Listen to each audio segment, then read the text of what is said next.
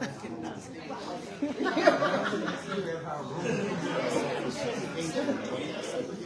right. That is right. You the only one. How you doing?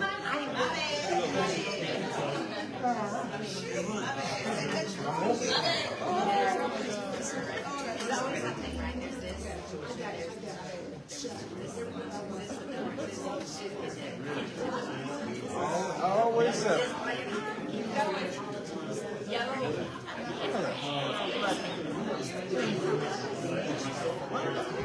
Some of y'all black folks need to move over here, man. Where are black people over here?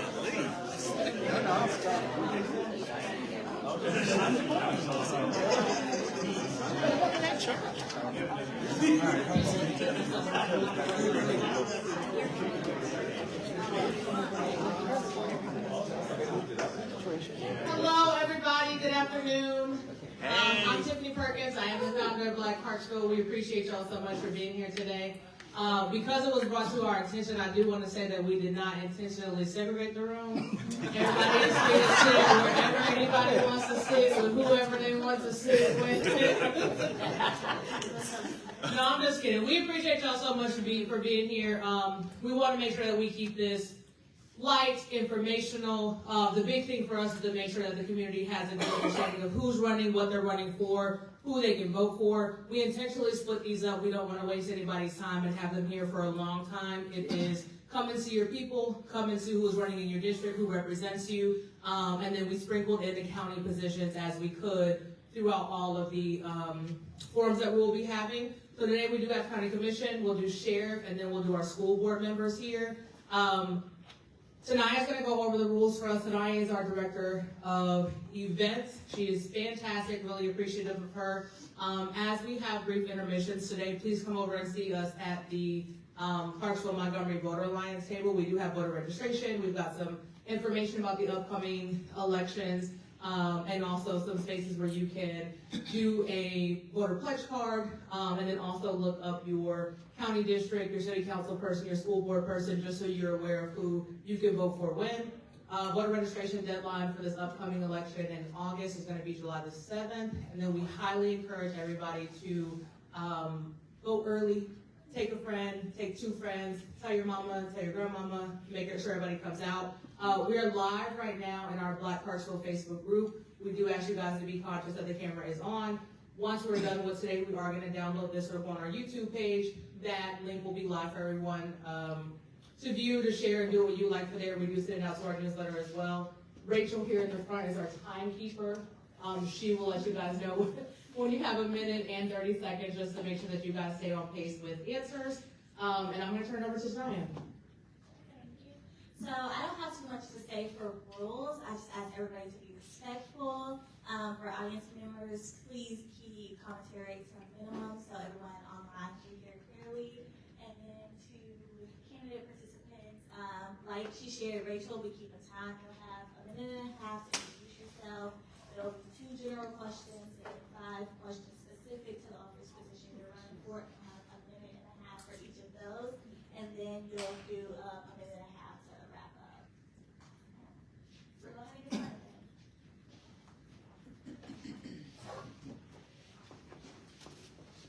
All right, so I will start with you, 1.5 minutes to introduce yourself. Okay, I'm going to stand because I'm a teacher. And any good teacher can't sit behind a desk and do the job. My name is Robert Wall. I live in Sango. I'm running for a commission seat for District 15. I'm a professor at Austin P. I'm a professional musician. I play the trumpet. And my wife teaches choir at Rossview High School. I've got 2 boys, 10 and 14. I'm interested in this position because, like many people I've heard getting in the race, smart growth is one of the major talking points for this election cycle, because Clarksville is a wonderful place to live. We've lived here for 11 years.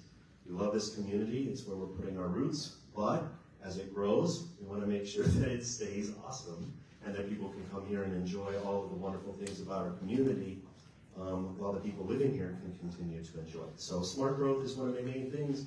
And being in Sango and the Adams area, there's a lot to be concerned about and to keep in mind as you go through that. So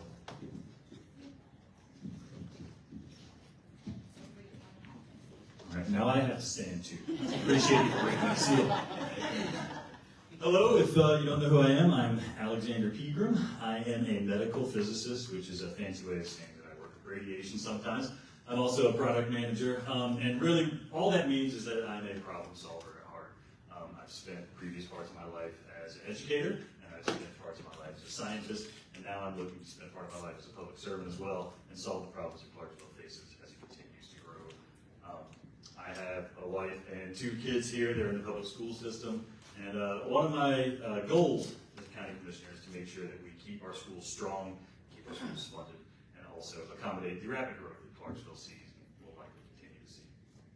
Thanks. What do you believe is the biggest challenge currently facing Montgomery County, and what specific steps would you take in this role to address it? Yeah, so as we talked about growth, the biggest thing about growth we see in Montgomery County is making sure the infrastructure keeps up with that growth. I'm in District 19. That's an area that's seen a lot of rapid development, and we need a lot of rapid work done in that area to make sure that our roads are safe to travel on, that they're well lit, that our people can get around in that area, and also not have their neighborhoods really taken over by the development that's happening in all the myriad ways in that area. So infrastructure, that's the biggest challenge we're facing, and as county commissioner, I want to make sure we take a keen eye when we're zoning and approving for the developments across the county to make sure that we're asking the right questions for these new developments. And then same question for you, Mr. Wall. What do you believe is the biggest challenge currently facing Montgomery County, and what specific steps would you take in this role to address it? So like I said, I think smart growth is an important thing. Another thing regarding the supervision that the commission has would be the funding of our public schools. As the husband of a teacher and father of 2 kids in school, and as an educator myself, education is a big deal. So when it comes to smart growth, funding of education, funding of police and fire, or some of that is not necessarily related to the budgets of the county commission, but establishing relationship with my constituents and establishing communication, I think that's the answer to providing that, so that my constituents know how to reach me. I'm in contact with the people in HOAs or the people that live in we have a lot of farms and the people that live out in the county, but communicating in a way so that they feel like they have a voice. For those of us that are on social media, we see a lot of people being very unhappy and communicating their distrust or displeasure. Sometimes communication and relationship is the first step in breaking down those barriers, making people feel heard, making people feel as though I have a problem, I know who to reach, I know who to talk to, I know my guy. Okay, so I think that's the solution. That really has a lot is the communication of when this smart growth happens, when we need to fund our things, and that we listen and we can communicate the things that we're doing.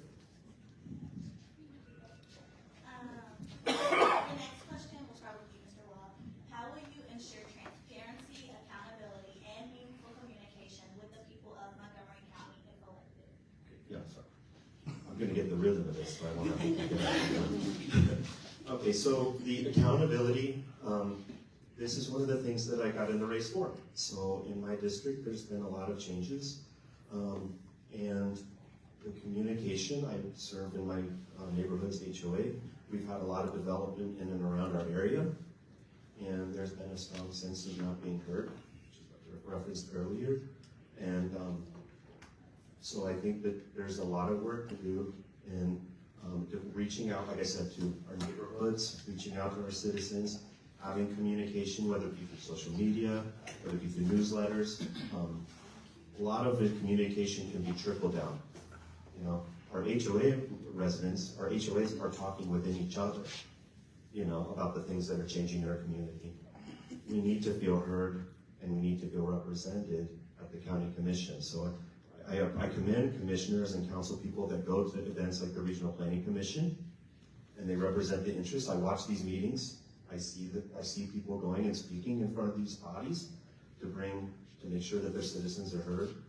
They need to communicate that, to say, hey, I know this is I know these things are happening in your area. I'm here fighting for you. I'm here talking about this. Number one, that needs to happen, and two, it needs to be communicated. That is happening. So listening, sharing, advocating. You know, that's one of the things that really needs to happen, I think, more. It's one of the things I'm here for. Hi, this is Miriam. The same question for you. How will you ensure transparency, accountability, and meaningful communication with the people of Montgomery County if elected? Yeah, so being able to reach your county commissioner or county commissioners reaching their constituents is important. So make sure you have that pipeline of communication available to all the people you represent and just other people in the community as well. So, you know, have a phone number that you can reach out to at, have an email address, have a social media presence, of course. And I echo a lot of the things that Rob here said.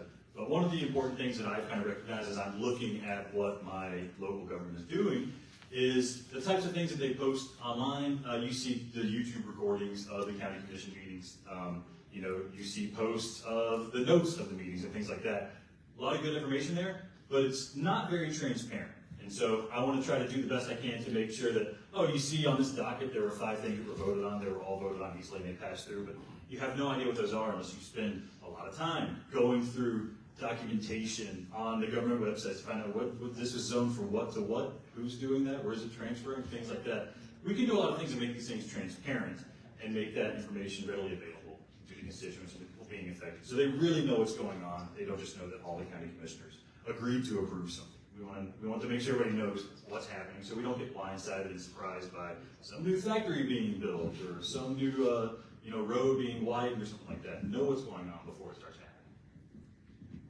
I'll piggyback real quick on that to say that as leaders in the community, we need to be proactive, not reactive. Right? So there's a lot of reactivity. Oh, I'm not happy about this thing that's being built. It's already being built. That's reactive. Proactive means I'm going to tell you about this thing that's coming into our neighborhood, in our community. And then you can have a voice about it. Proactive, not reactive. We're going to actually pass it back to Mr. Peter. If we can switch to the minute and a half. Thank you. Okay, so the first specific question is for the county commission office. With Montgomery County growing rapidly, how will you ensure infrastructure like roads, schools, fire services, and sewers are planned and built alongside new development rather than after the problems arise? So again, like you were saying, proactive, right? We need to plan this stuff. We need to make sure that these plans are properly conveyed to everybody. So we can't just be rubber stamping new developments. Great businesses are coming to Clarksville all the time. I don't want to oppose great businesses coming here because they bring jobs. But we need to make sure our infrastructure is developed in the same way with businesses, people living in the community. When they're moving to our community, they need to be able to afford houses in that community. So we need to make sure we support affordable housing, make sure we support workforce housing, so that if we do have businesses coming here, they have places to house their workers, and that we're not just pushing out and spreading out with these bigger and bigger neighborhoods that nobody can afford to house in.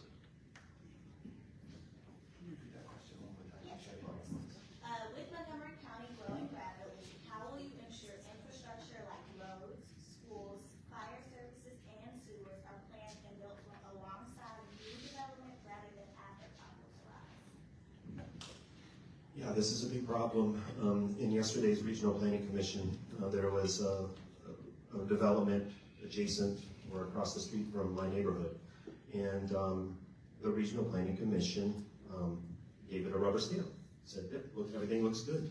Thankfully, there were people on the commission yesterday that asked the tough questions, the questions that need to be asked. It was right down the street from East Montgomery Elementary School. And they said, did you do your traffic study during peak hours during the school year? They couldn't or wouldn't answer the question. Did you know that road, when school gets in and school gets out, that it backs up all the way to the intersection? Won't answer the question. You need to ask those questions. Those are the things that are driving people that live here nuts. When you're trying to go pick up your kid at school, so they were asking for, why don't you have a left-hand turn into here? Do you have access to 41A? Or is the only access to McAdoo Creek? So I appreciate there are people that are doing the work. I think the Regional Planning Commission needs to relook at their guidelines for codes, especially in the county. They need to look at the codes for things like this, because as the city grows, a lot of the growth especially is happening, a lot of growth in the city limits, but a lot of growth in the county limits. And the rules are still catching up, So I think a lot of that is, as it expands and we move outward into these new areas, that we like make sure our codes, make sure our roads, make sure our guidelines are staying, like Alex said, they're staying ahead of it, not behind it, which means asking these kind of nuanced questions. The next question, what are your top budget priorities for the county, and under what circumstances, if any, would you support raising property taxes? Yeah, this is a tough question, gosh. For the county, I mean, our priority needs to be roads, infrastructure, but it needs to also be in the schools. And I know the county commissioners have purview over the school district budget. I have kids, that I want to see have access to, like we all do, have access to all of the best things that the CSS has to provide. So making sure that the allocation for the schools is a chief concern. Making sure infrastructure is done in a smart way. Budgeting for county sheriffs, the city council has purview over the city police, but for the county, making sure that things, we have necessary funding for those things. Fire, I know, is sometimes a difficult thing. In the county, we have a lot of the fire departments are volunteer. I heard a friend of mine in the HOA across the way from our neighborhood said that there was a house that burned in the neighborhood because the fire department was volunteer and had to get on the interstate in order to get there in time. The house burned to the ground because they could not get to, a volunteer department off McAdoo Creek Road had to go across to all the way up to exit 8 to get to a subdivision, and they couldn't get there fast enough. So, those are evidence of growing pains that we need to have our finger on the pulse of so that we can find the solutions. And then Mr. Pegram, same question for you. What are your top budget priorities for the county, and under what circumstances, if any, would you support raising property taxes? All right, I'm gonna sound like a broken record. Infrastructure. Infrastructure is the top priority for the budget in the county. I'll give you the reason why. The economic situation of Tennessee and Montgomery County requires that we have growth. We need people to want to move here. People aren't going to want to move here if we don't have good infrastructure. If they come here and visit and they find out that everywhere you go, you're stuck in traffic. Everywhere you go, there's potholes, there's busted roadways, there's no way to get around, there's no sidewalks, the roads are too dark. We need to make sure that Clarksville's an accommodating, Montgomery County is an accommodating place to be. On top of that, I strongly support funding schools. I want our schools to be setting the records. I grew up with the Tennessee public school system. I love what it did for me. I want it to do the same thing for my kids as they're growing up. So I'm funding schools. It sounds obvious. It needs to happen, especially public schools here. We saw what happened in the city. That budget's been decreased. We need to make sure that all our schools in Montgomery County are being funded properly. And all of our children need to be the same great opportunity that I had when I was growing up here in Tennessee. And for property taxes, we have enough money. We don't need to raise property taxes. So I'm not planning on doing that. Next question. What specific actions would you take to address affordable housing and the rising cost of living for working families in Montgomery County? Yeah, so that's going to require a lot of cooperation with the developers in the area. We've got a lot of great developers. We got a lot of people doing a good job building neighborhoods, but we need to make sure that they're building the right types of neighborhoods. So as I mentioned before, we have a lot of businesses coming here. Businesses coming here means those people need a place to live. We don't want people having to commute from Kentucky or something. We want them living in Montgomery County, working in Montgomery County, spending their money in Montgomery County, and raising their families in Montgomery County. So to support affordable housing, we need to support building the right types of housing, workforce housing, strong communities where we can have a lot of people living there, and not this suburban sprawl that we see as counties grow outward and outward with houses that nobody wants to buy. I mean, you go through my district, you see a lot of houses for sale. They've been on market for a long time because those aren't the houses that people are looking for necessarily. So we need to be careful about how we're planning out these developments and work with the developers to make sure that we have the right types of housing being built. Mr. Wall, same question for you. What specific actions would you take to address affordable housing and the rising cost of living for working families in Montgomery County? Yeah, I mean, I think the answer most people would agree upon. We need to have apartments, places that are more affordable for people who are joining here in certain demographics. One problem, there's a lot of the new building in my area is under the pretense of townhomes, and then when I watch the meetings and I hear the developers speak, They say, we need affordable housing. That's why you need to approve putting these townhomes here.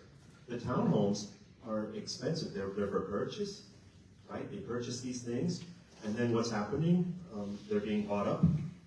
They're being bought up by national investors, and then they're renting it, but the rent is very high. So it needs to be affordable apartment housing, and there is plenty of land. Okay, one thing that we have as a resource, we have land, we have space. So we need to, but we need to be intentional about where we're putting this housing, right? Making sure that it is truly affordable, right? Not saying it's going to be affordable. Townhomes that go for $350,000 and then they're rented out at $1,500 a month. This isn't the solution. So we need to hold our planning accountable to making sure that these things are really happening, because we have plenty of space. There's plenty of room in Clarksville for everyone. The next question, how will you ensure transparency in zoning decisions, budget allocations, and public input processes while balancing the interests of residents, developers, and long-term residents?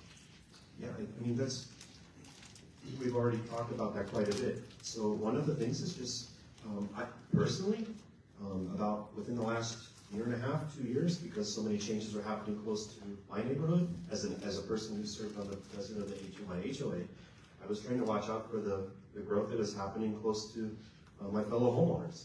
And so I started keeping a track of each monthly agenda by the Regional Planning Commission. Watching, and then I watch the meetings. I see how the discussions go. I see what's on there. And what I said earlier, I think the answer is, as the representative for that area, that I watch the agenda and I say, hey, look, get in front of it. If there's, the Regional Planning Commission is they only have to notify people within a very limited radius of zoning changes, right? Like, when I say limited, I mean, we're talking like a quarter of a mile or less, maybe even less, right? So, but it affects more people than just the handful of homes that might be adjacent to a property that's about ready to be rezoned for a strip mall, right? So, as a commissioner, one of the things I'm committed to doing for my constituents is watching for these things and saying, hey, we're looking forward to having a discussion about the rezoning of this property and making sure that it's done in a way that fits the community, doesn't put a burden to the infrastructure. If there is a burden, let's get the infrastructure right before we approve a site plan to put this thing here. So.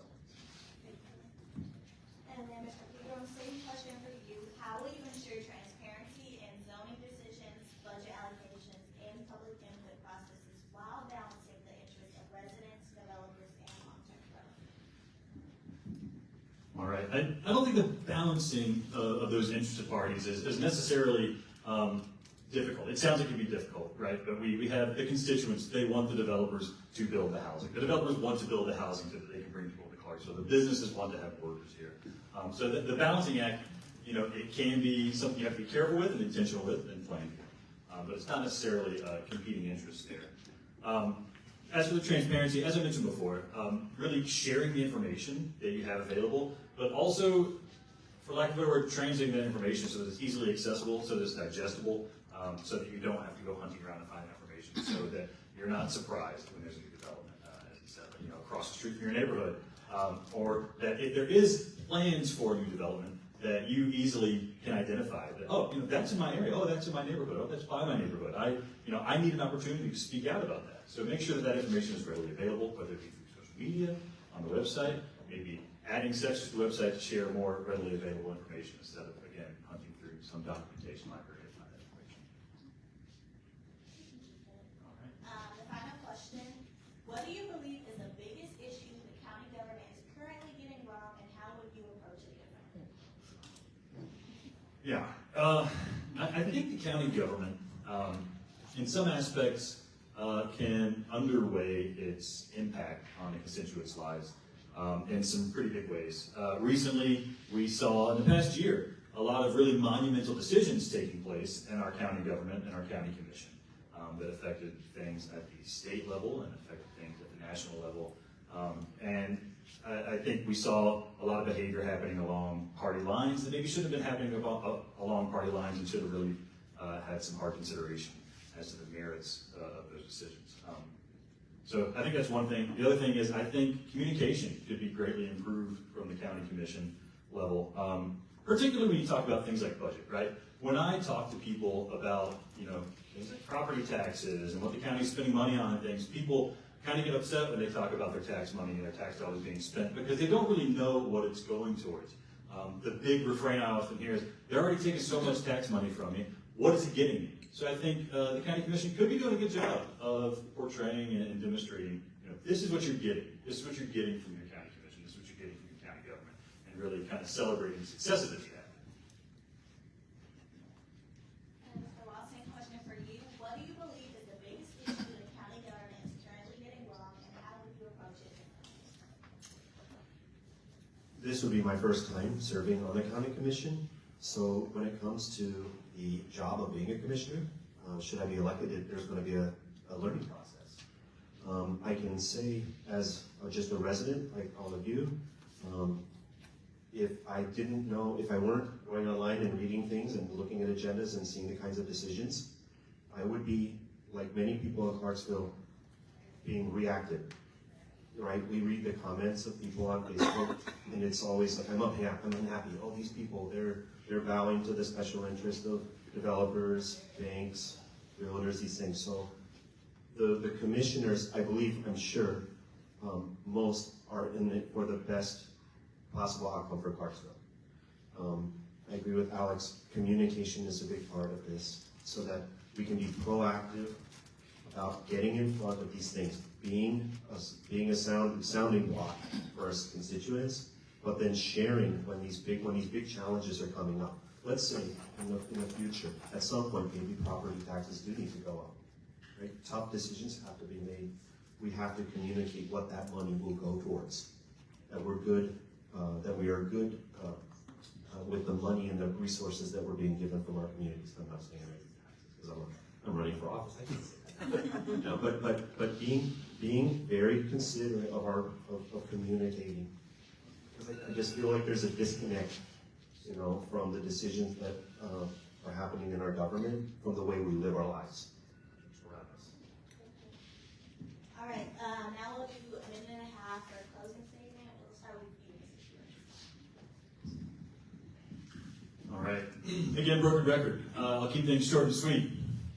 Infrastructure, funding schools, proactive growth, and transparency. These are the big things that I'm pushing for as county commissioner. It's the things that I want to see happen. I want to see things developed in our community. We got a lot of great things in Montgomery County. We have a great community here, and I want to make sure it stays a great community for all people that are coming here and all people that are growing up here as well.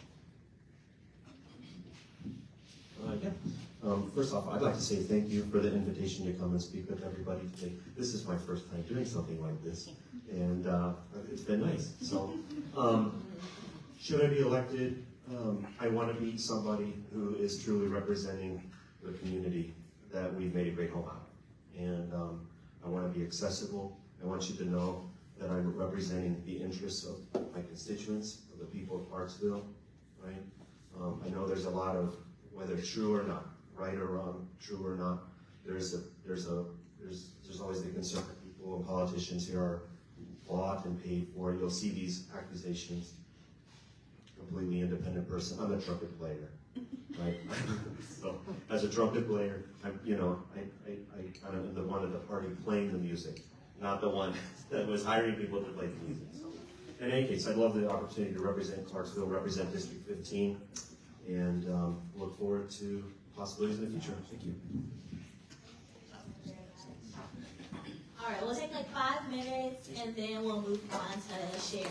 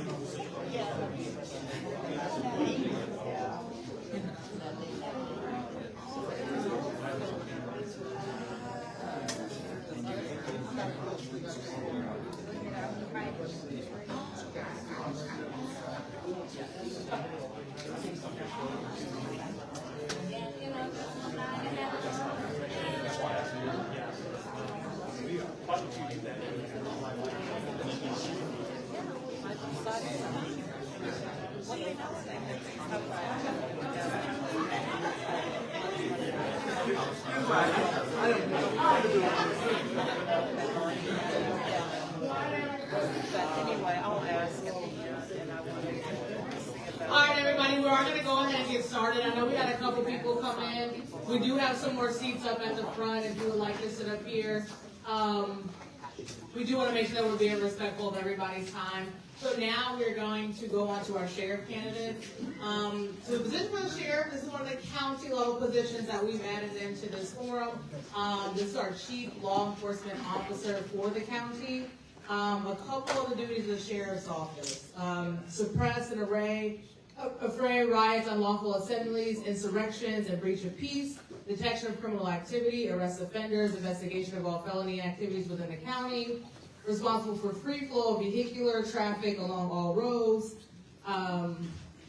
to arrest those known to have intention of breach of the peace; to attend all courts in the county when they are in session and obey the law; responsible for execution and return of all civil processes in order of law in the court according to the law. And then the sheriff is the keeper of the county jail, required to take charge of custody of prisoners therein, to receive those lawfully committed, to keep them until they are discharged by law.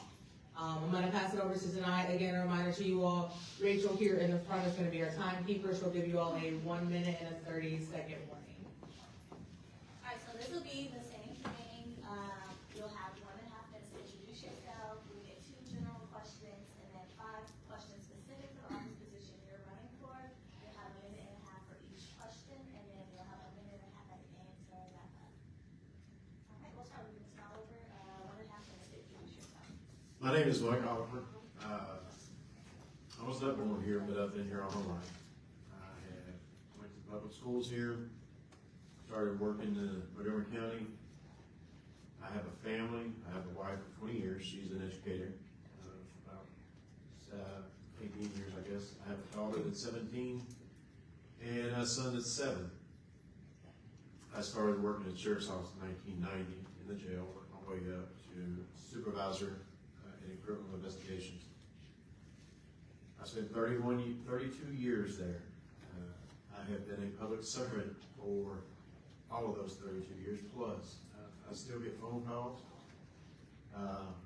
That's all I know how to do is be a public servant. Mr. Ryan, 1.5 minutes to introduce yourself. Let me first take time out to say thank you to Black Clarksville for having us here, and such a great opportunity to be here with Miss Juneteenth of 2026. My name is Dexter Mines.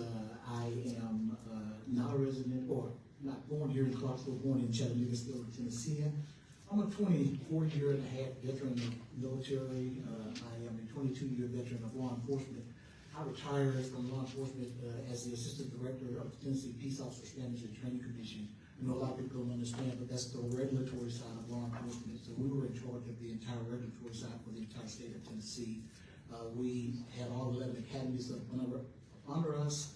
We also audited and investigated agencies. We certified and decertified officers across the state of Tennessee.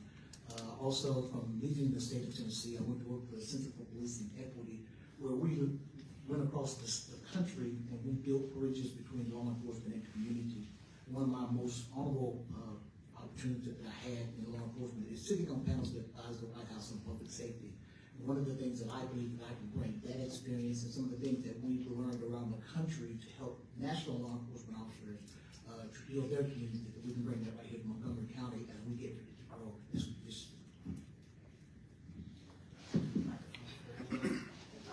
I retired sergeant, so I've got a good voice. Good afternoon, everybody. Thanks for everybody having us here today for this forum. My name is Johnny Ransdell. I retired from the Clarksville Police Department almost 1 year ago with 31 and a half years of experience. I worked everything from patrol to the gang unit, homicides, drug unit, major crimes. I was promoted in 2002 where I went and took over patrol division. Also worked with the fatal accident crash team. I supervised them for several years, started that in 2011. And also the traffic unit. In 2020, in the height of the COVID epidemic, I was put over the community relations unit. Also, a little bit later, I was put over the JET team, the juvenile engagement team. In the latter part of my years, I was able to get out in the community, show everybody, you know, we're just police officers, we're normal people like you. My small group became the face of Clarksville Police Department, and we got out there and worked with the community, these food drives, and we were able to help a lot of folks out. Thank you. We'll actually start the first question. Yes, ma'am. What do you believe is the biggest challenge currently facing Montgomery County, and what specific steps would you take in this role to address it? Well, as the other two county commission candidates were talking about, growth. Growth is Montgomery County's biggest challenge. We do not have the infrastructure that can handle the traffic. If we've got a crash on Tiny Town Road, it shuts down the whole city, folks. Let's not go around it. Growth impacts the traffic. It impacts schools, courts, jail capacity, and public safety. Also, we need to increase deputy presence throughout the county. Place more deputies on roadways and in the schools as SROs. We have 43 public schools, all getting ready to be 44. We have 67 SROs. We need to support public safety annexes to reduce response times. We're trying to get where we're going to have precincts in some of the rural areas, just to let you know. Recruit and retain quality employees through competitive pay and benefits, and invest in technology to improve efficiency and service such as the LPR. Thank you. Mr. Monson, same question for you. What do you believe is the biggest challenge currently facing Montgomery County, and what specific steps would you take in this role to address it? I think it's already been addressed. It's growth. It's no question about that. I mean, why growth? Growth. We got Hancock is building on to what they have here. We have the Z-Pan that's been brought out by the Japanese. We have the auto manufacturers coming here, auto parts manufacturers coming here. We have a large influx of people that will be coming here. I just found out that the VA is building a hospital here in Montgomery County. That's going to be bigger than the one in Nashville. It becomes evident that we're getting ready to grow expeditiously. And there's going to be, come growth, come people. And we have to make sure that while we're talking about infrastructure, while we're talking about all of these things, that we, as the sheriff, you need to be in that conversation as it relates to safety. You have to be in that conversation.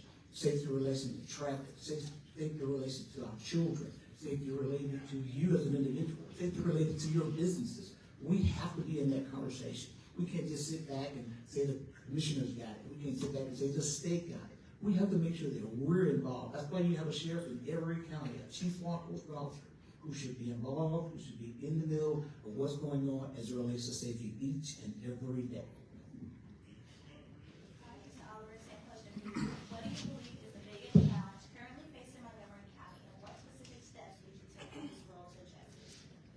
gonna touch on growth also. Everybody else has, and it's the truth. I believe the biggest challenge currently facing Montgomery County is keeping up with the growth while maintaining public safety, trust, and effective service. With growth comes more calls for service, more traffic issues, more jail demands, and more demands on deputies and greater need for stronger coordination between agencies.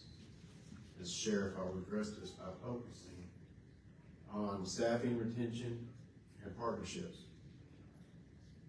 We must recruit qualified deputies, retain the experienced employees that we have, and also work closely with county leadership to ensure public safety needs are part of long-term planning.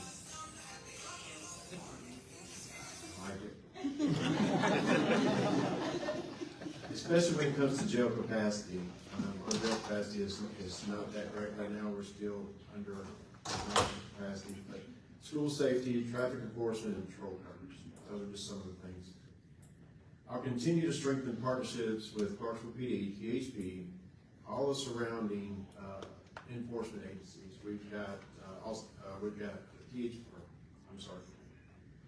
We've got all the surrounding areas that we need a partnership with and keep those strong. And then we'll pass it back to Mr. Lyons for the next question. How will you ensure transparency, accountability, and meaningful communication with the people of Montgomery County if elected? I think communication is the key. One of the things that you go to my website, you'll find that I've already committed to having at least a minimum of 2 town halls per year. And why? Because people need to be informed. Some people complain about things that they just don't have knowledge of. But when you bring knowledge is power. And we have to make sure that we're communicating with our community, the people that we work for. They deserve to hear our voices. They deserve to be able to talk to us and ask us sometimes the hard questions. And we need to make sure that we're having at least 2 town halls a year. One of the things I'm going to do, I don't think my colleagues are talking about this, but one of the things I'm going to do is establish a community advisory board. Why? Because that's a board to help me with community members to be able to tell me, what do you see in your neighborhood? What do you see in your businesses? What do you see in your churches? And bring it back and let's have a conversation about it. Some things we may not be able to fix, but there's a lot of things just by hearing their voices that we can fix, because we got to be proactive and not reactive to our situations. Law enforcement is not about responding to emergency situations all the time. It's all about how you prevent them as well.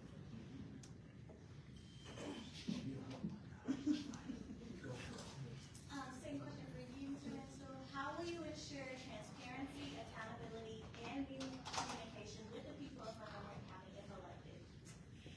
Yes, ma'am. I think the sheriff needs to stay actively involved with county boards and commissions.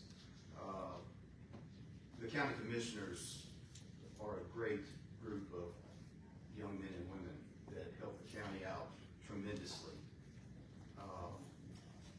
We need to attend these meetings to understand the community concerns. We need to hold quarterly public meetings across the county. Make the sheriff's office accessible to citizens. I'm going to be a sheriff that will have an open door policy. You come to the sheriff's office, you need to see me, we're going to sit down, we're going to talk. If I'm not there, the chief deputy, somebody's going to talk to you that day, okay? I don't want you to waste a trip coming downtown. Transparency is very important. Provide regular updates through public information. We need to put social media, the PIO, Public Information Officer, needs to put this out to the social media of what's going on and what we've done. And if there's a problem, then give me a call and we'll talk about it. Ensure open records requests are handled promptly and legally.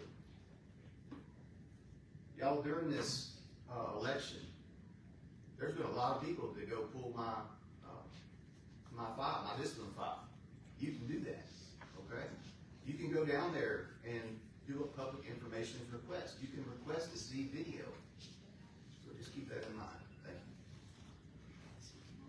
And then we'll wrap up with that question with you, Mr. Oliver. How will you ensure transparency, accountability, and meaningful communication with the people of Montgomery County if elected?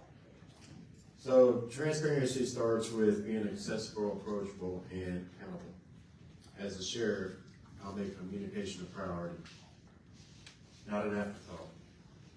The public deserves timely, accurate, clear information from the sheriff's office. I will ensure the sheriff's office provides consistent public updates, communicates major incidents clearly, and makes leadership clear to the community. I think we're lacking in that right now. Some things you can't talk about, but some things you can. I'll ensure the sheriff's office provides a consistent, internal accountability is also important. Deputies must know expectations, policies must be enforced consistently, and misconduct or policy violations must be addressed appropriately. Accountability is not about tearing down, it's about protecting the integrity of the badge, supporting good employees, and maintaining trust. We'll start with you for the next question. These are questions specific to the sheriff's office. What specific steps would you take to reduce repeat offenders and balance accountability, rehabilitation, and public safety within the jail system? So, repeat offenders are a major concern because they impact victims, families, and the overall safety of our community. Public safety must always come first, especially when dealing with violent offenders, repeat felony offenders, and those who continue to harm others. We must also recognize that not every person in the jail system has the same needs or presents the same risk, while all individuals need accountability. Some need incarceration, others may benefit from substance abuse and treatment, mental health services, job readiness programs, and faith-based support, or reentry resources that reduce the likelihood of them returning. As sheriff, I will work to strengthen the jail program where appropriate, continue improving coordination with courts, community partners, and identify ways to connect individuals with needed resources. The goal is not to excuse criminal behavior, the goal is for accountability and to reduce future crime, reduce victimization, and make sure people are willing to change and have the needed resources.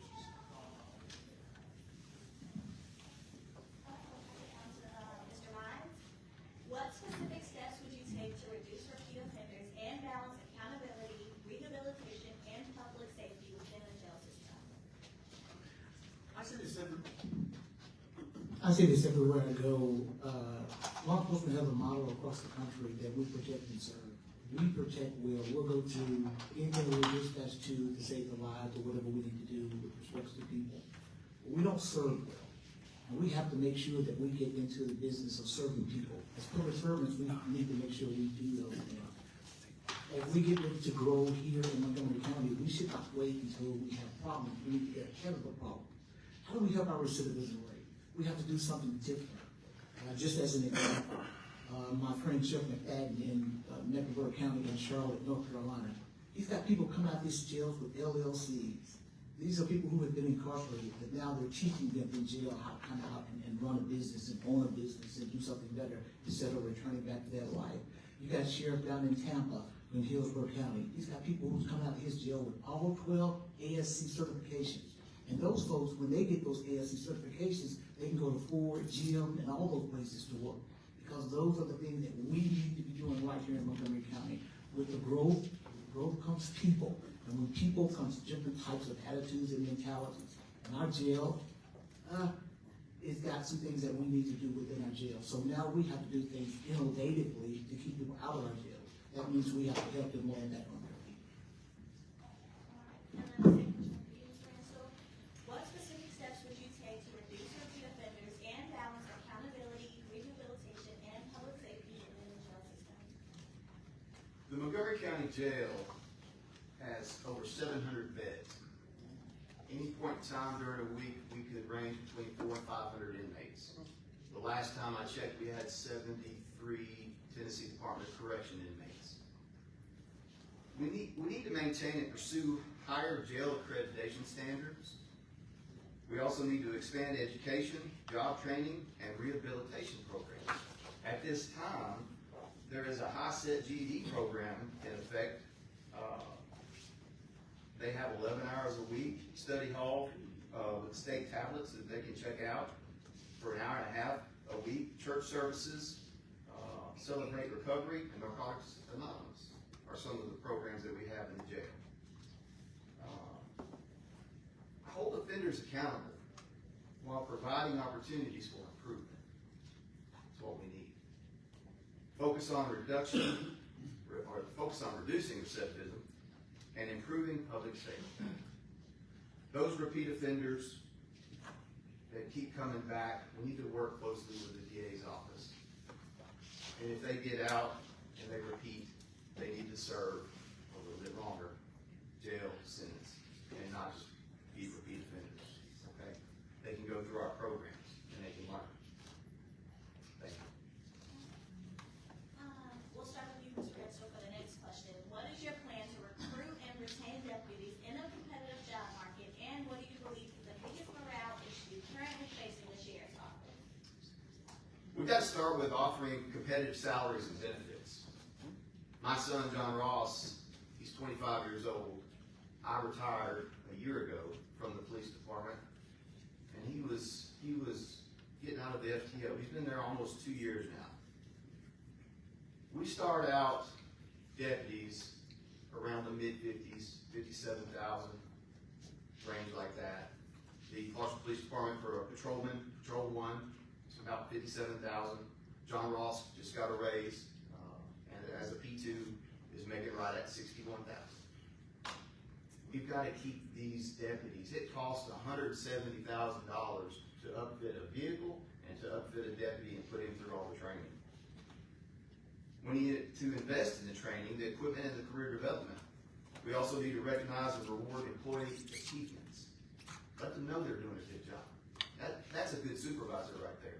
When they'll take that time and write a commendation for that deputy. Address staffing shortages. There's a lot of overtime where these guys are having to work even over their 12-hour shifts, even in the jail. Reduce mandatory overtime and employee burnout. And then also improve overall morale through the support and communication of the upstairs level. Thank you. Mr. Mines, what is your plan to recruit and retain deputies in a competitive job market, and what do you believe is the biggest morale issue currently facing the sheriff's office? Let me take 2 minutes of my time to say those tablets in the jail, they don't work. Just want to make sure we're saying that they're still not getting what they need. Also, but when you talk about recruitment, again, if you don't know anything about my campaign, it's about change. It's about we have to be more innovative. We have to make sure that we're doing something different. The state has already caught on. They have a recruitment retention program to bring people from out of state, and they're paying them bonuses to come into our state to work, and then they get paid through increments. We have to use those type of programs. I know the county commission and all those folks don't like to talk about money, but listen, we either talk about taxes now or we hurt later, okay? And some of these things that we're gonna have to do, because if once we do it on the county level, it's gonna trickle to the state level and things of that nature. But why wait until we get behind? And we want good people here to make sure that we got the right amount of people here, because we deal with officer mental health. Whether you know it or not, they get burned out just as well as anybody else. And we have to make sure that we're taking care of them. With respect to retaining them, I'm changing the whole rank structure. I'm changing the whole rank structure, not just because I can do it, but for the purpose of taking care of the men and women who do this job every day. In order for them to keep us safe each and every day, we have to make sure that we're taking care of them, to make sure they're able to take care of their families. So we're adding things down there to make sure that they have opportunity to grow as well. All right, Mr. Oliver, the same question for you. What is your plan to recruit and retain deputies in a competitive job market, and what do you believe is the biggest morale issue currently facing the sheriff's office? So I'm going to go with retaining the deputies first. When I first started this campaign, I started about 4 years prior, and I went to deputies that had resigned before their 30-year mark. And I asked them why they left. Me and my buddy, we talked about it. I said it was paid. It wasn't getting paid enough. He said, no, it's leadership. 9 times out of 10, it was leadership. If they were leaving. So part of this is the leadership we've got to change. Make some changes there. And that's what I'm going to say about retaining. That was their biggest problem, was leadership. They had to work for 7 days a week in the jail. I spent 12 years in the jail. I I'm the one up here that's got the most experience in the jail. You're right, the tablets don't work. They don't even have Bibles in there. They do have a few programs for them to learn a trade. They have a decent biblical staff that comes in and tries to help with Bible studies and getting them on the right path. I am a Christian. I just got baptized in December. I waited a long time. I should have done it a long time ago, but I really believe in providing that type of need for the inmates. So, not a lot of time on that one. Okay. Competitive pay is needed. We need competitive pay. I was 2% to death for 32 years. I hate to say that with the county commissioners and the county commissioners that are coming on, but the county has always chased everybody around us, even other counties get paid way more than we do. Sorry. I know 1.5 minutes is not a lot of time. All right, Mr. Mines, how will you ensure transparency and public trust in the sheriff's office, particularly regarding living laws, use of force policies, and investigations of complaints or serious incidents involving deputies? Let me just say from the beginning, under my administration, we will not have booking laws. I mean, that's what you want the most out there, we won't do it. I think that is dehumanizing. We don't even give people opportunity to get convicted, and where they're already convicted in the community. So we should not have those things. We should not be publicizing those things. If you want to know if somebody's been booked, you got the Freedom of Information Act. You can request that information through that process. So that cannot happen with me. As it relates to use of force and officer complaints, we'll deal with them as they happen. Our hopes is that they won't happen. I hope that we're doing great training, that we can keep these deputies out of issues. I will tell you, in this job, you're going to have issues. You can give me a brand new car January 1, and you cannot expect that car to be brand new at December 31. So we expect that. We understand that. It's about how our policies address those things. Most agencies are driven by policy. And we got to make sure we got the right policies in place. And I guess the first thing for me to do is make sure that we're reviewing our policies, make sure that we're up across the national standards of how we deal with officers. Because we got to remember, and I'll say this over and over again, they're just as human as you and I. They just have a uniform on, and we've sworn them in to do a job that a lot of people cannot do. So we have to look at that as we get it known. All right, Mr. Ransell, same question for you. How will you ensure transparency and public trust in the sheriff's office, particularly regarding booking logs, use of force policies, and investigations into complaints or serious incidents involving deputies? The booking log, in my opinion, is not a good thing. You're innocent until proven guilty. That's the way it is. That's the United States Constitution. We need a conviction log. Once you're convicted, we'll put them out there so you'll know, okay? But it ruins lives, it ruins your family, it ruins your church, it ruins your job. And like my friend here said, it's demoralizing. There were over 1,500 people arrested in the state of Tennessee for DUI, and they haven't had to drink a drop. The sheriff's office needs to lead with integrity, professionalism, transparency, remain accessible and accountable to the public, support lawful public access to records, ensure that the complaints are thoroughly investigated. We have body cams now. All the deputies do. We can review that. The supervisor can review that. Holding employees accountable when misconduct occurs. Consult with the district attorney when appropriate. And then also build trust through consistent communication and ethical leadership. Those are my feelings on that question. Thank you. Ms. Oliver, the same question for you. How will you ensure transparency and public trust in the sheriff's office, particularly regarding booking logs, use of force policies, and investigations into complaints or serious incidents involving deputies? So, public trust is built through consistency, honesty, and transparency. I support restoring a responsible public booking log because the community has a right to know. who is being arrested and booked into the jail. At the same time, it must be done in a professional manner, an accurate or professional and accurate way, with proper disclaimers that every person is presumed innocent until guilty. Use of force.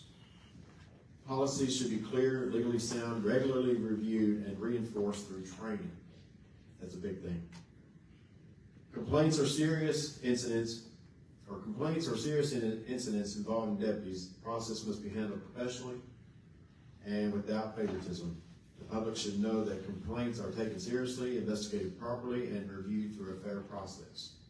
While some details may be protected by law, ongoing investigation, the sheriff's office should communicate to the public of the process. Some things they can't say, some things they can, so you have to bear that in mind when dealing with investigations. Let's go ahead now, Mr. Mansell. Where do you believe coordination between the Sheriff's Office, Clarksville Police Department, and other agencies is currently falling short, and how would you improve collaboration to prevent gaps or duplication in services? Years ago, it was when I was a police officer, when I was a Clarksville police officer, it was us against them. There was no communication back then. Later on in my career, it got better and better with Chief Crawford and Chief Burdine. We need to continue regular leadership meetings between the agencies, which are being conducted as we speak. Expand collaboration between APSU, THV, and TWRA. They're all working in our county. They're all making arrests in our county, and we need to be able to talk to them. Encourage regular meetings among patrol and investigative units. These guys need to be on the same sheet of music. Patrol needs to know what the detectives, if a detective has a warrant out on file, patrol needs to know. And that was a breakdown with the city police department. A lot of times we didn't know what was going on. The 19th Street District Task Force, they need to be talking to us also, as far as the road deputies. Let me know what's going on. Let me know if I need to stay out of your way so you can conduct a traffic stop or something. Improve information sharing and intelligence gathering. Reduce duplication of effort through better communications, just like I was talking about. Task Force, they're working in both Montgomery and Robertson County. Strengthen partnerships to improve public safety outcomes. We need better outcomes in some of these situations. Thank you. Mr. Ryan, same question for you. Where do you believe coordination between the Sheriff's Office, Clarksville Police Department, and other agencies is currently falling short, and how would you improve collaboration to prevent gaps or duplication in services? Well, I would say this is the first time I agree with Johnny. That we need to make sure that we're always communicating. That's what leaders do, not just, I'm the sheriff and it's going to be my way. I think the chief of police here from Clarksville has something to say. The chief from Austin P has something to say, not only just in our local area, but we also have our surrounding areas. We have Stewart County, Houston County, we have Robinson County and Cheatham County. We need to make sure that we're having chiefs meeting where we're talking about different trends and things that are happening and how they're handling it versus how we're handling it. Because there's no one person with the right answer, but when we all get together and we start collaborating, then we have better answers. We can fix the problem when we communicate. But when we don't talk, it really amazes me that when I got here to the sheriff's department in 2002, they said the police department and the sheriff's department don't cooperate with each other. That really amazes me, especially when officers have to put their lives on the line each and every day. They don't even have the same channels. They have different radios. These things make no common sense. And all of this, while they're fighting, your safety is being impacted. We have to do better, and we have to make sure we are communicating that. And that's some things we have to talk about in our town halls as well. First time I agree with you, Johnny. Thank you. Mr. Oliver, same question for you. Where do you believe coordination between the Sheriff's Office, Clarksville Police Department, and other agencies is currently falling short, and how would you improve collaboration to prevent gaps or duplication in services? So, I'm gonna agree with them too. When I first started, we all were on the same channel, us, CBD, or part of CBD, and EMS. So we were all talking at one time. Then we went separate ways. So then we could not communicate with each other. But now we have a radio system that we can talk from Chattanooga to Memphis, to Knoxville, Bristol, and to CPD and the surrounding counties. So we do have a communication system. It's either online now or it is coming. It's very, very close. I think it's online. It's here. Also, boots on the ground. We never had a problem working. I never had a problem working with Johnny on our level. It was the higher upper echelon that had trouble getting together. But us together, we never had a problem. I got called on many K9 tracks for the city. Always was willing to assist and help them out anytime I could. So, communication is a key. As a sheriff, I'll improve collaboration through regular command level meetings, joint operating planning, shared training, and opportunities and strong communication between the enforcement divisions. There's no sense in reinventing the wheel with the city. I hope to be a partner with Ty Verdine or whoever the chief is at the time when it comes. When agencies communicate well, we reduce duplicated efforts, close service gaps, and improve response to crimes. Let's pass it back to Mr. Myers for the last question. How do you anticipate Montgomery County's rapid population growth impacting crime, jail capacity, staffing, and public safety resources? And how should the county prepare for those challenges moving forward? It's gonna impact us tremendously. I mean, when you got people that's gonna be coming from everywhere, to get these jobs at our three major hospitals, you're gonna have people coming to get these jobs with these out-of-park places. They're bringing over 1,000 jobs. It's gonna come from everywhere. And we have to make sure that we get ahead of this game by being proactive, not reactive to these things. Because once we get into a reactive position, we're gonna be in trouble. We're going to be seriously in trouble by being reactive to something. Everybody's going to go, why don't we raise taxes and give them what they need? Well, these are proactive things that we need to be already talking about. We understand that these things are coming. With growth, it comes with other issues that we don't anticipate.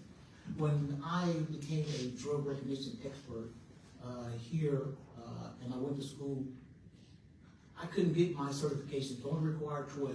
I couldn't get my certifications here in the state of Tennessee. I had to be sent all the way to Phoenix because Phoenix already had this rapid growth in drugs and all of these different things, the different poly drugs and all those different categories of drugs that you had to get a certification in.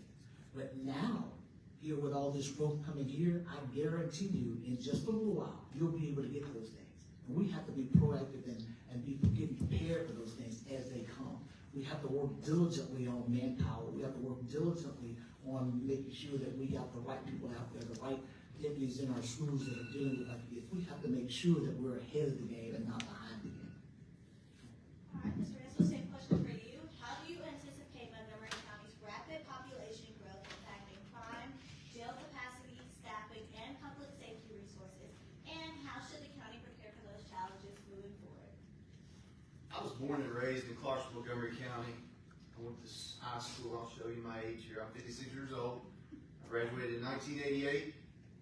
And when I used to have to cross the connector from Tross Springs Road and come across and head to Clarksville High, I didn't have to worry about anybody coming across, coming up the connector up to 76. You didn't have to worry about it. Growth increases demand for law enforcement services. There's no ifs, ands, buts about it. It just increases the demand. Growth impacts the jail capacity. It impacts the courts. How many people are being seen by these judges? And emergency response times. We need to establish staffing benchmarks tied down to population, population growth. We need to work closely with our county leadership on future resources that will be needed. We need to invest in personnel. We need to invest in those precincts and technology. Montgomery County is over 500 square miles. It takes a minute to get from one side of town to the other. Support jail expansion and public safety annexes, like I've spoken about, and plan ahead to ensure public safety keeps pace with the growth. We need those boots on the ground, like my friends have said. Those road deputies. They are very important. Thank you. All right, Mr. Oliver, same question for you. How do you anticipate Montgomery County's rapid population growth impacting crime, jail capacity, staffing, and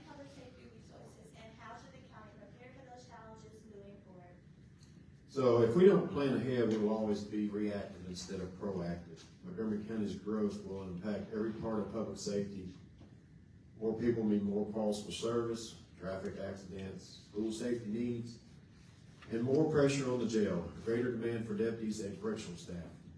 The county must prepare for using data, long-term staffing projections, and responsible budget planning. We need to evaluate patrol coverage, jail capacity, transportation needs, school resource officer staffing, warrant service, mental health demands, and an impact of repeat offenders. Growth cannot be addressed with short-term fixes alone. I'll work with county commissioners. I want to work with county commissioners, mayor's office, courts, schools, law enforcement partners, and community organizations to make sure Montgomery County is planning for the future. That means recruiting now, retaining experienced employees, investing in training and technology, strengthening jail operations, and building partnerships that help keep our county safe as it continues to grow.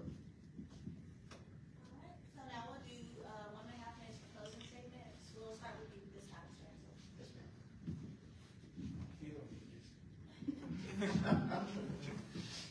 Public safety begins with trust.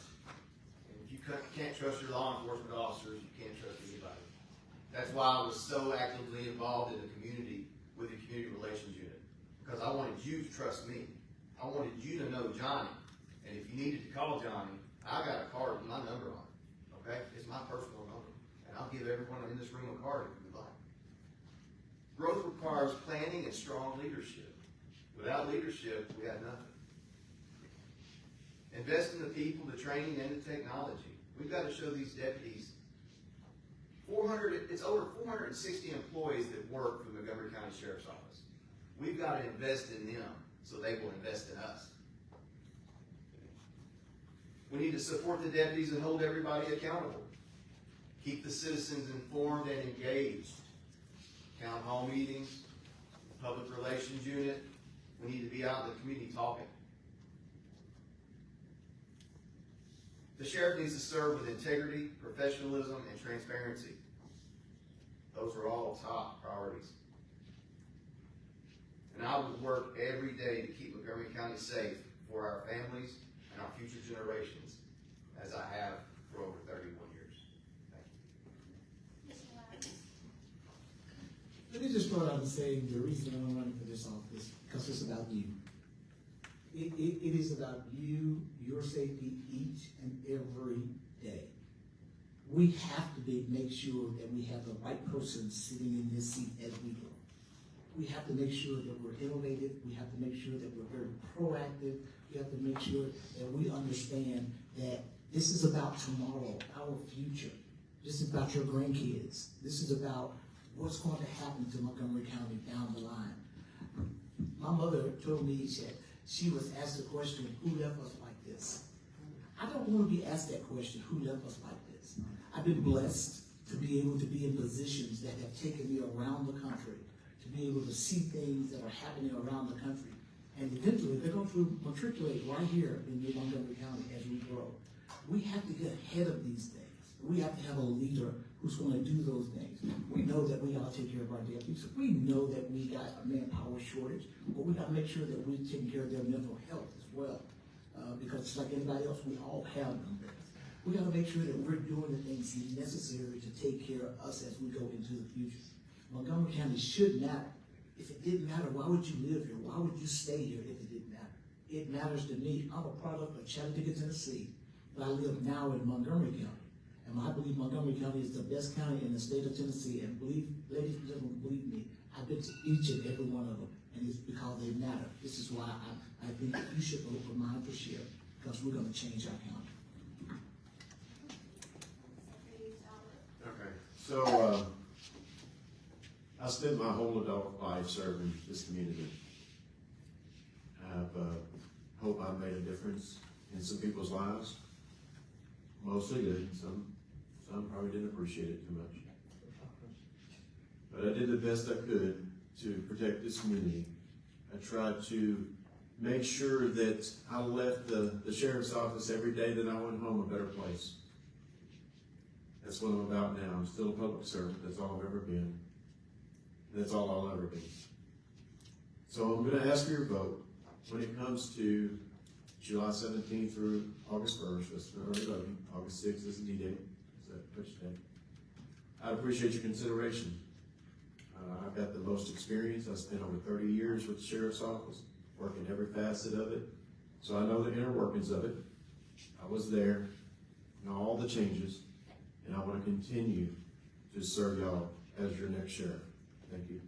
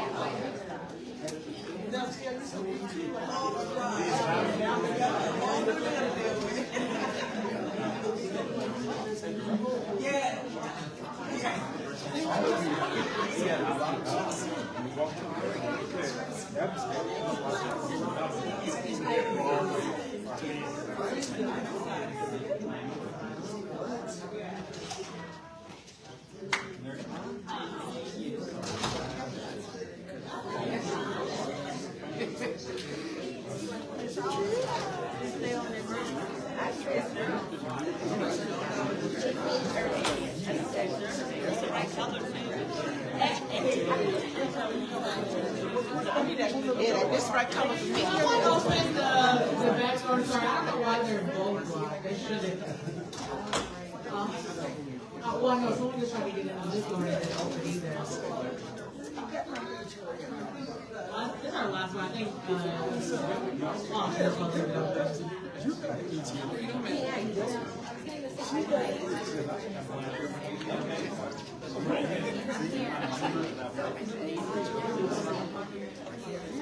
All right, y'all, we are gonna go ahead and get started with our school board candidates.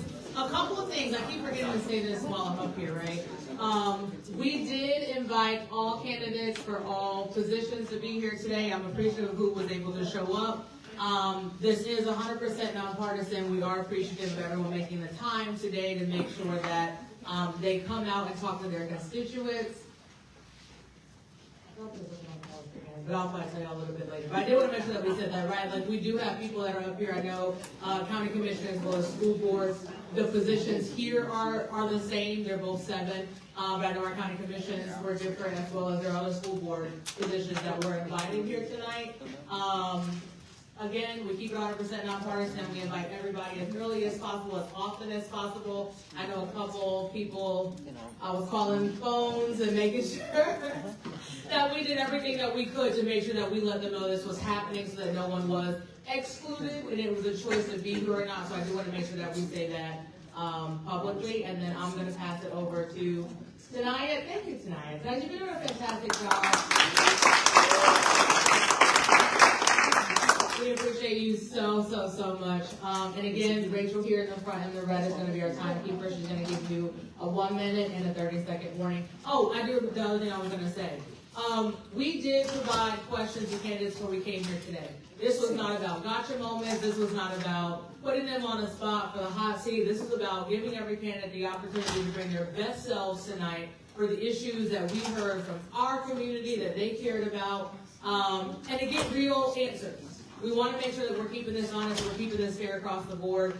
The gotcha stuff doesn't elect the right people, right? We're not about that. This is streaming live. There'll be tons of stuff posted on social media. The sheriff candidate spoke about that. I just want to make sure that we do let you guys know, yes, we did provide questions beforehand. We give everyone ample time to answer and research and talk to their people about what they really care about, what was important to them, and hopefully they brought that here tonight. So what you see is exactly what these candidates are bringing. I just want to make sure that we did state that some of them have notes and things like that. That is because we did let them prepare, because we didn't want this to just be a gotcha, unproductive meeting for you all here, right? Like, you guys came to hear from the candidates that are going to potentially represent you, so we want to make sure that we presented the best forum possible. And that was my So this is what as before. You'll have a minute and a half to introduce yourself. There'll be 2 general questions and 5 questions specific to the office that you're running for. You have a minute and a half to answer those questions, and then you'll have a minute and a half for a question. We'll start with you, Mr. Capler. Thank you, everybody, for being here, and thank you guys for inviting me. And my name is Hunter Stapp. I have had the privilege of serving in the Sango community for pretty much my entire life. I'm born and raised out in Sango. My mom was born and raised out there, and I have gotten to be a part of many different things that help build community. I have been teaching for the last several years at East Montgomery Elementary. I spent over a decade coaching high school wrestling, primarily at Clarksville High and Rossview High School. I was on the core team to help launch Real Life Sango, which is a church out there. And I've been able to start a few local businesses out there, including Runabuck Outfitters, the Thirsty Goat, and a few years ago I was able to start a farmer's market out there in Sango called the Sango Night Market. And so I've just been very honored to be able to serve the community the way I have. Good evening, everyone. My name is Dr. Dewana Hall, and I'm running for School Board District 7. I'm a retired Army captain. I'm an educator, wife, grandmother, and a community advocate.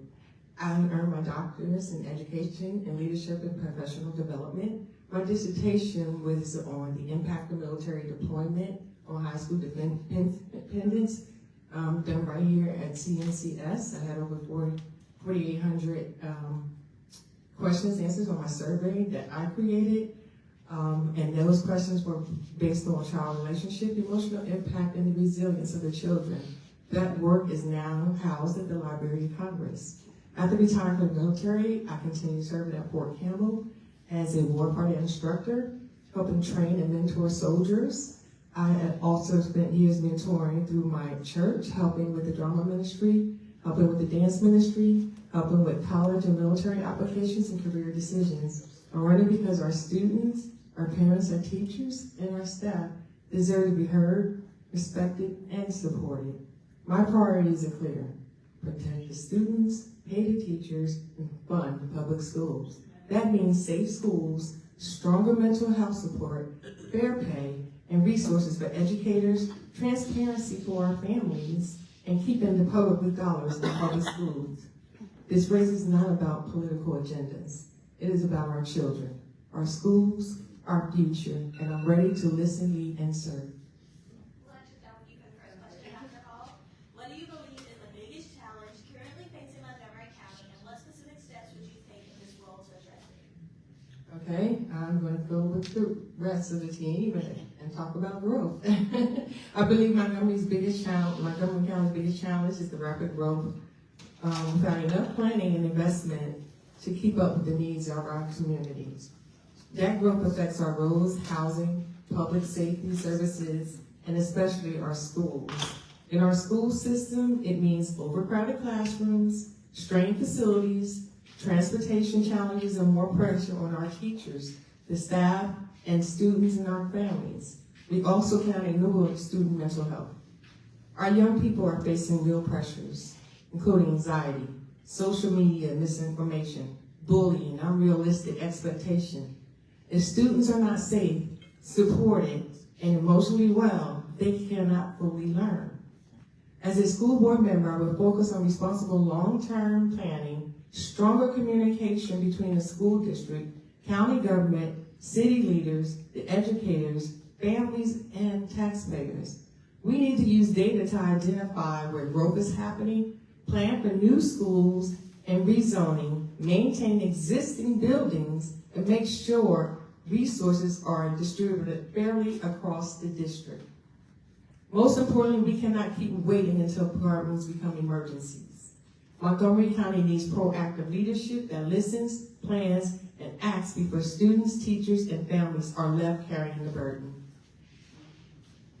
Same question for you, Mr. Staff. What do you believe is the biggest challenge currently facing Montgomery County, and what specific steps would you take in this role to address it? I grew up going to East Montgomery, and Richview and Clarksville High. And it was neat to get an opportunity to come back and teach at the same school where I attended as a kid. And it has changed a lot in those years. When I was a kid and playing kickball out the playground, there was a cow pasture next door, and if we kicked the ball over the fence, we climbed through the barbed wire fence, picked up the kickball. And so a lot has changed in our community, and the reason so many of us are talking about the biggest problem is the rapid growth. It's because it is that blatantly obvious that is our biggest problem. We've had a lot of conversations about things like infrastructure and things like that, but not enough conversations about how that affects our schools. Our schools have grown, our district has grown in size in the sense that we have become more bureaucratic, and we have centralized a lot of decision making, and that has left the local schools not being able to make decisions that are best for them. And so you have a lot of principals and teachers that feel like they can't make the decisions that are best for their students.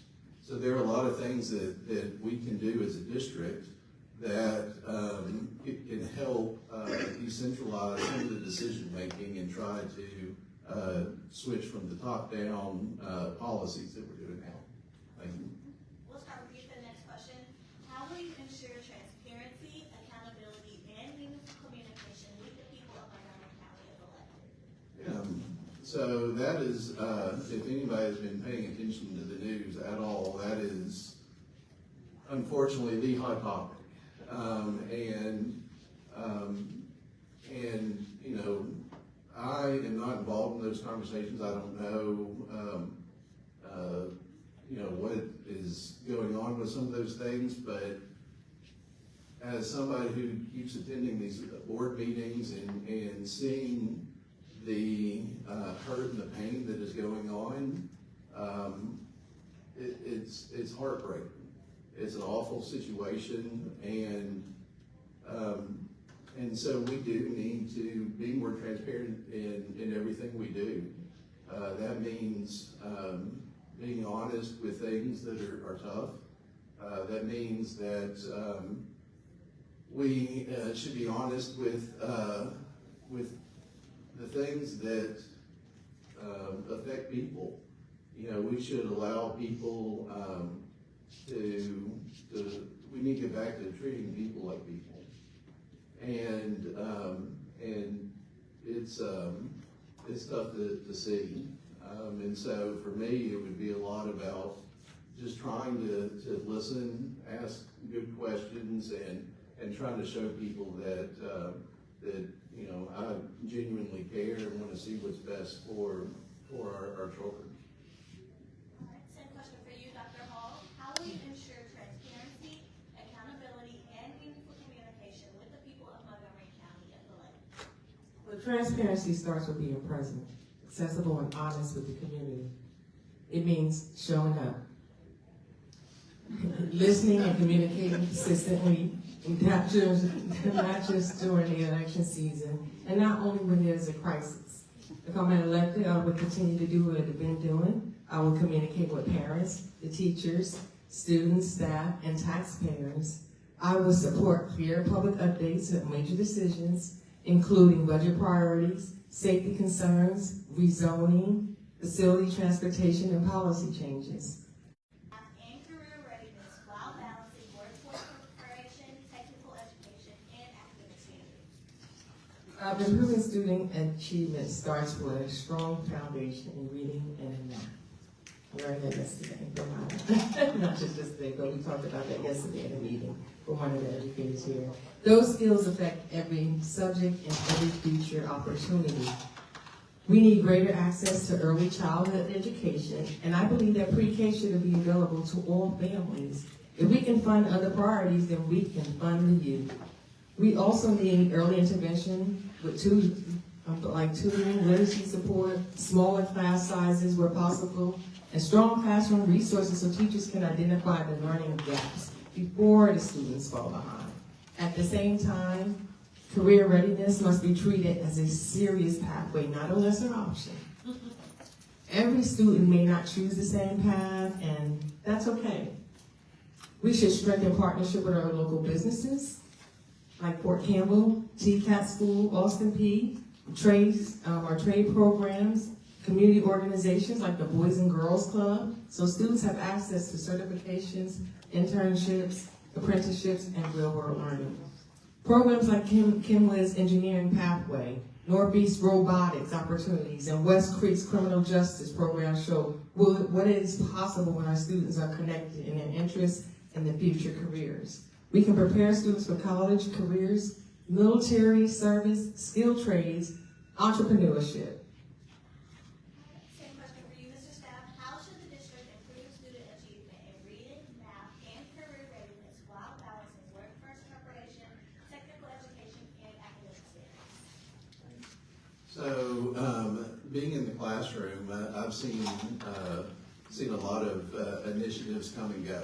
You know, one semester it might be this, the next semester it's something else, and one of the things that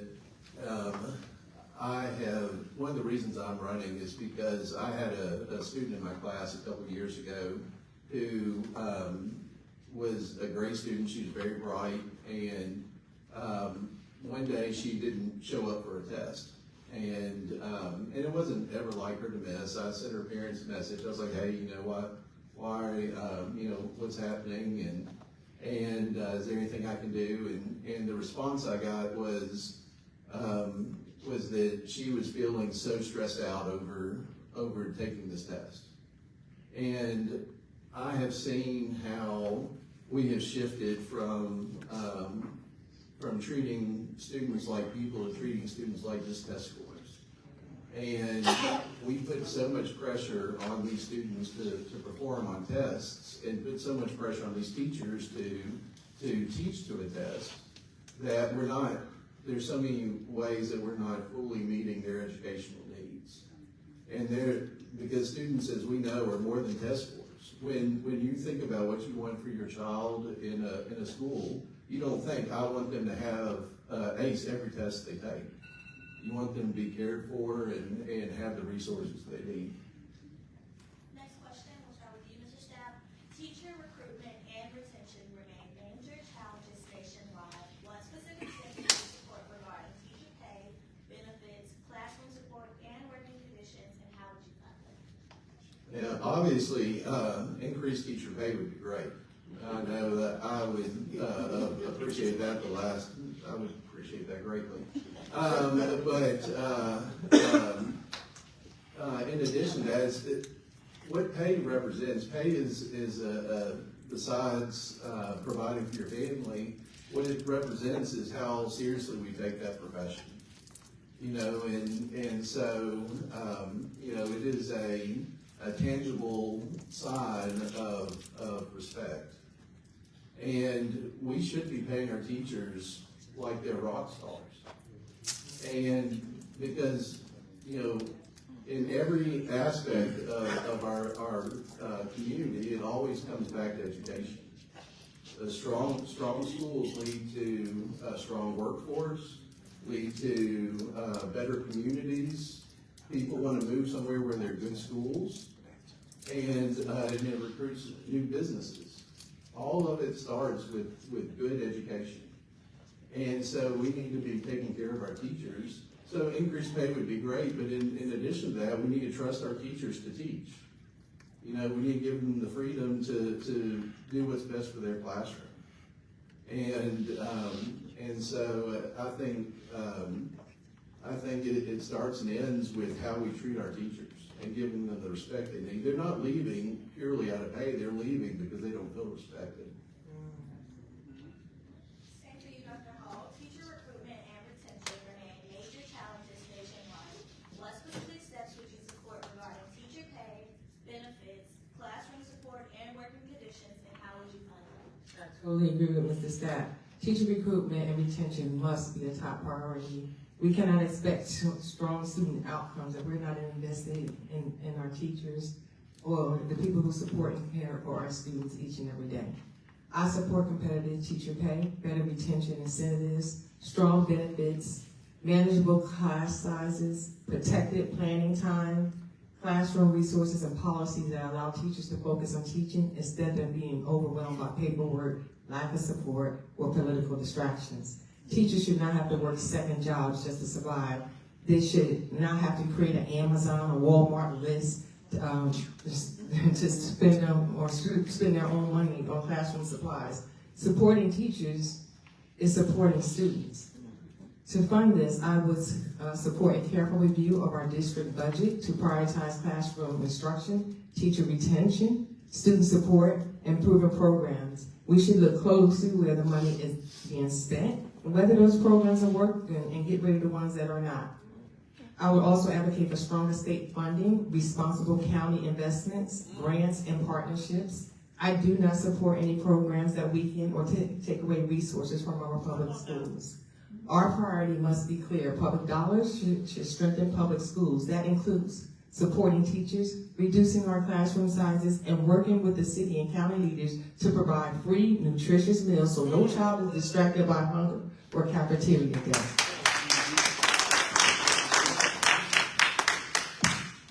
Before we go to the next question, I do want to ask audience members to keep commentaries on me. Thank you. Okay, Mr. Staff, next question. As Montgomery County continues to grow rapidly, how should the school district plan for increasing enrollment and balance investments between building new schools and maintaining existing facilities? Dr. Dewan, I'm glad you brought up keeping public dollars with public schools, because I definitely agree with that. I feel like we need to get creative in how we meet the needs of our students. And by that, I don't mean we need to create vouchers or charter schools. What I mean is we've already done a great job in some of our high schools in giving very good technical training and preparing the students for life outside of school. And we should continue that, but also in things like developing magnet schools. Magnet schools are a great opportunity to give a focused education and give parental choice without defunding the public schools. And so things like voucher schools would be great. As far as how we need to reevaluate how we build schools. If we continue to build schools on large campuses, it's just going to, continue the urban sprawl, because we're going to be the only piece of the property large enough to put a school campus on or out in the county. And so it's going to continue to the urban sprawl so we need to look at the types of schools we build as well. Dr. Hall, same question for you. As Montgomery County continues to grow rapidly, how should the school district plan for increasing enrollment and balance investments between building new schools and maintaining existing facilities? Montgomery County needs long-term facility plans that are realistic. They need data-driven, transparent, and focused on keeping the public dollars in public schools, and I'm gonna keep saying that. Growth does not affect every area the same. What happens on exit 1 is not happening is not the same on exit 11. That means we need to use enrollment projections, housing development data, transportation patterns, and facility conditions to make smart decisions. We cannot wait until overcrowding becomes a crisis before we act. Building new schools may be necessary in high-growth areas, but we cannot ignore our existing schools. Older buildings still serve our children, teachers, and staff every single day. They deserve safe, clean, heated, cool, and modern learning environments as well. Maintenance should not be delayed until small problems become expensive emergencies. We need to balance new construction with responsible upkeep of the schools that we already have. The district should work closely with the county and city leaders so that the school planning is part of growth planning from the very beginning. Families should also be informed early when there's rezoning, construction, or major facility decisions being made. Growth requires planning, not last-minute reaction. It also requires leadership that brings people together. Decisions should not be about politics, division, or individual gain. They should be about what's best for our children. Next question for you, Dr. Hall. What measures do you support to improve school safety and student well-being, including mental health resources, discipline policies, and the role of school resource officers? School safety should include both physical and emotional well-being. Students cannot learn if they do not feel safe, supported, or valued. I support increasing access to counselors, mental health professionals, social work, and trusted adults in our school. We must take bullying, harassment, trauma, suicide prevention, and student mental health seriously. These are not side issues. They directly affect learning and the safety of our students. Discipline policy should be fair, consistent, age-appropriate, and focused on accountability without unnecessarily pushing our students out of the schools. If we remove students without addressing the root issue, where do they go? We need accountability, but we also need intervention, support, and prevention. School resource officers can play an important role in safety, but their role must be clearly defined. They should help protect students and staff, build positive relationships, and respond seriously to safety concerns. They should not replace our counselors, our teachers, or administrators in handling routine disciplines. I do not support placing more burdens on our teachers by expecting them to serve as armed security.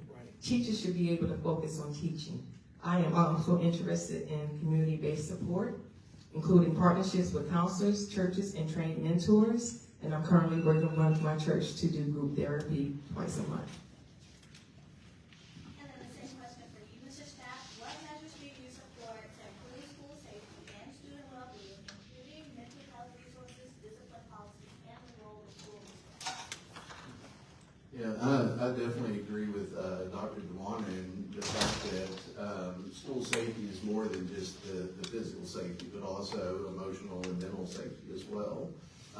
And that's one of the things we learn in our educational psychology classes is this thing called Maslow's hierarchy of needs, which says that, first we have to address their physical needs, and then shortly after that is their emotional and psychological needs. And unless those needs are met, they're not going to learn anything.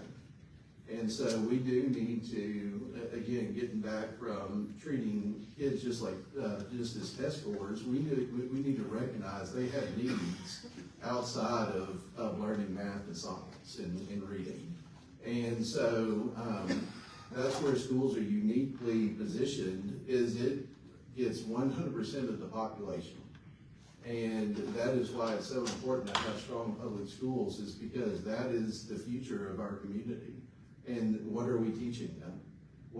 Are we providing them services where they're truly going to be successful adults when they graduate?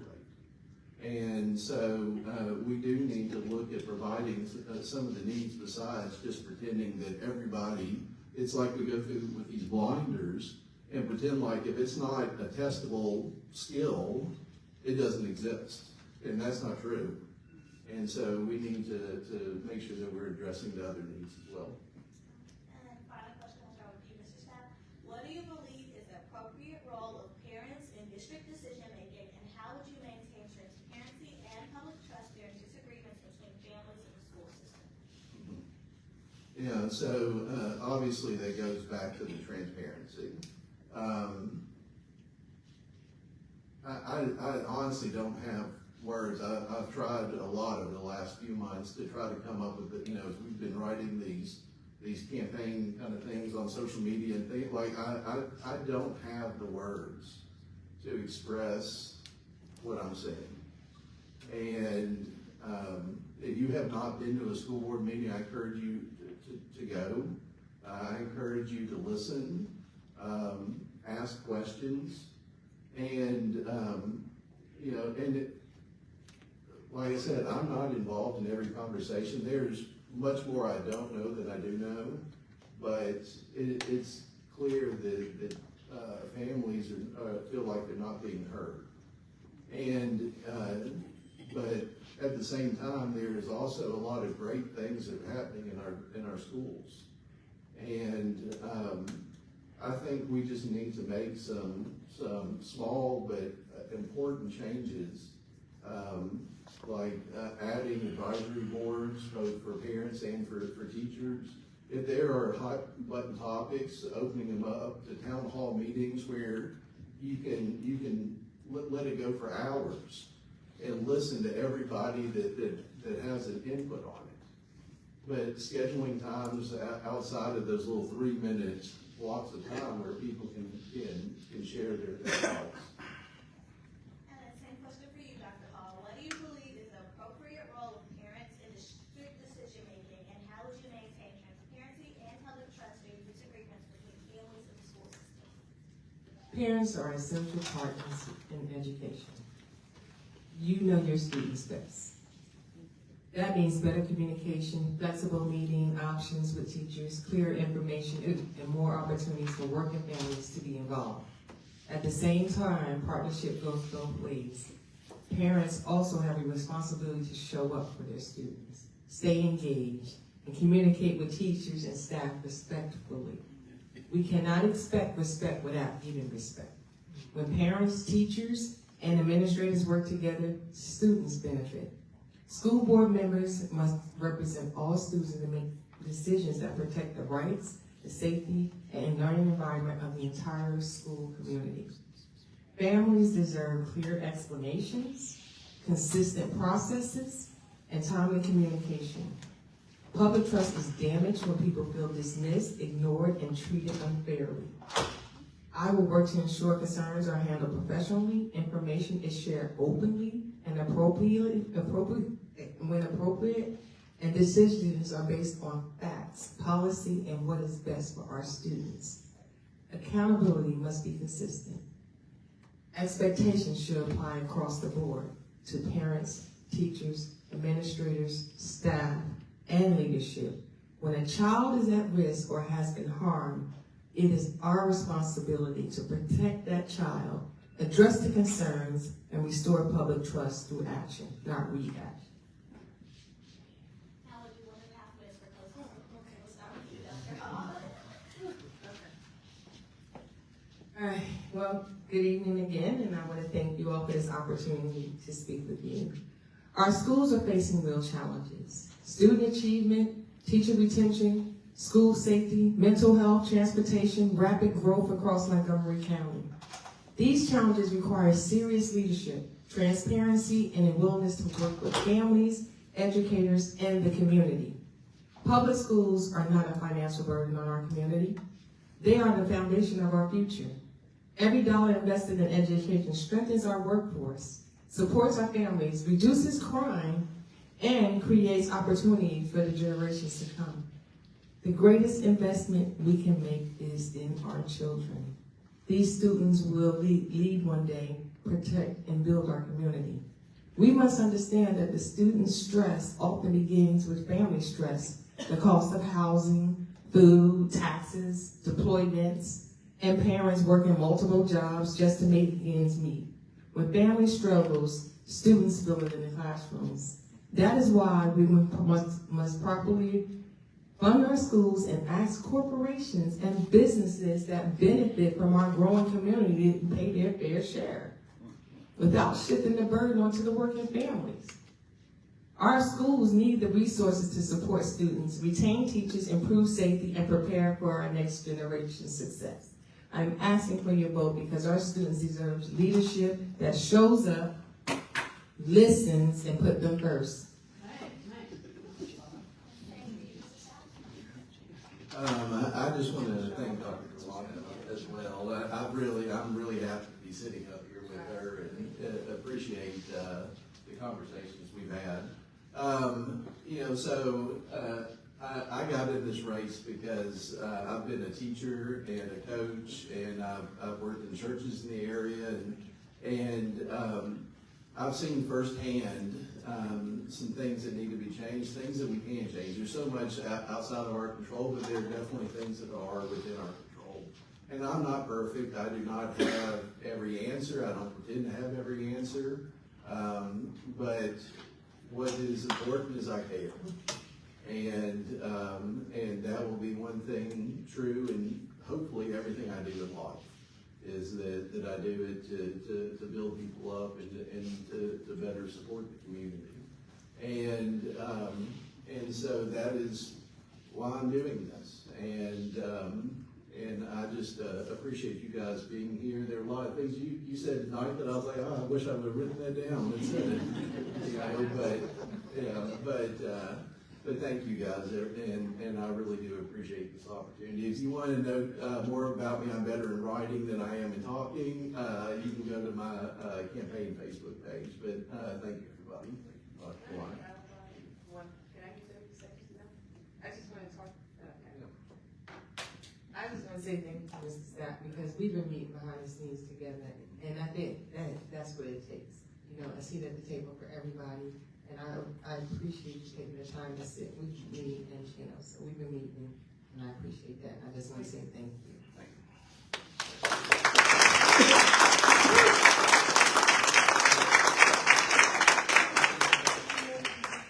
So thank you again, everybody from Black Clarksville. We appreciate y'all taking time to be here tonight. I know it's dinner time. Y'all could be anywhere. I'm sure traffic was not beautiful getting over here.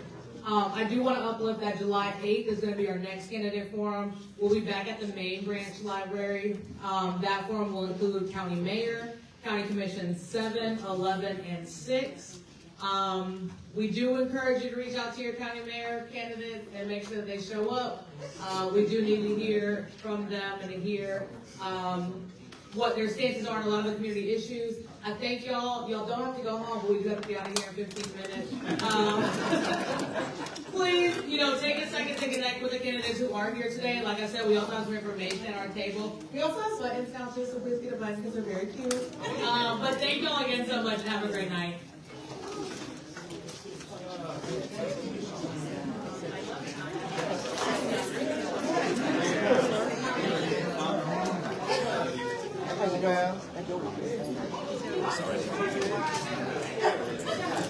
See y'all later. What I do? He gave me that look like I did something.